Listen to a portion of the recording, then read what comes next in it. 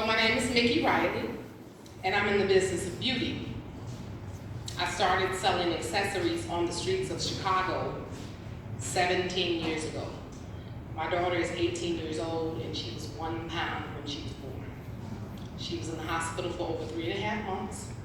I was married at the time, and I could not take her out because she was susceptible to RSV, a disease that young preemies get and die from if they're out in the cold. And so on the weekends, I sold accessories. Well, my husband left my daughter and I right before she turned 1, and I was forced to sell accessories for a living. And I made a living selling accessories on the streets of Chicago on the south and west side, 2 to 3 days a week. Accessories saved my life. Thank you. And it was my desire to help other young women sell accessories, because sometimes we just need a little help. It could be $300, $500 a month to help us pay that bill, to help us get to the next thing. And so in my journey through life, not only had I been selling accessories, before that I learned how to do makeup. I got my first professional makeup job at 18 years old. I'm now 41. And I'm a makeup instructor as well as a makeup artist.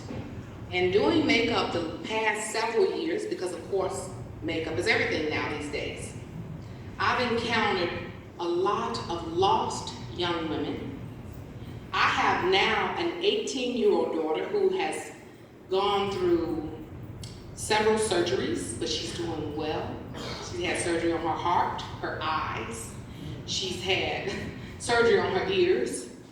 And thankfully, she only has ADHD. She doesn't have learning disability, but she deals with things in life. And I find that she doesn't listen to me, okay? She listens to everyone but me.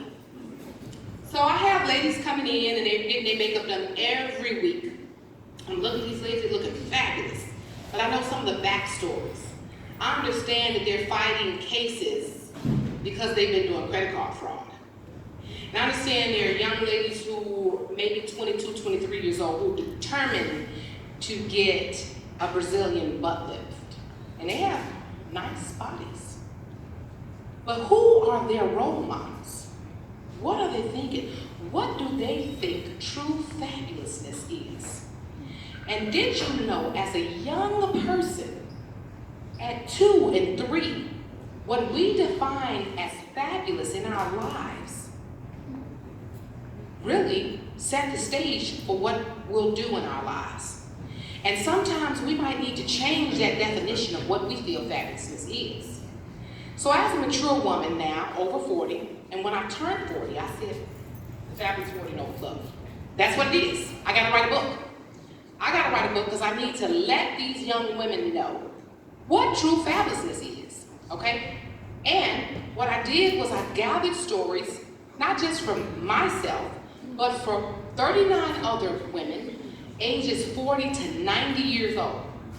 And we're talking about, how do you define fabulousness? What is your accomplishments? What things have you gone through in life that you were able to overcome, and words of inspiration and wisdom that you can pass on to the next? And that's what this book is about. It talks about the ugly truths of the pictures that we see on, the fabulous pictures that we see on Facebook, what we just think are fabulous. But what is real fabulousness? Who is your role model? And so the Fabulous 40 Nova Club, I don't have the book here. However, you can order it online at Amazon.com. And if you would be so gracious as to give me your information once I get the book, I can either mail you a copy. But we're gathering stories on the Fabulous40andoverclub.com website. We want to hear from you. We want you to share a piece of your story. How do you find fabulousness? Can you give any words of inspiration and encouragement? And we would love to keep in touch as we're having events in the future. Thank you.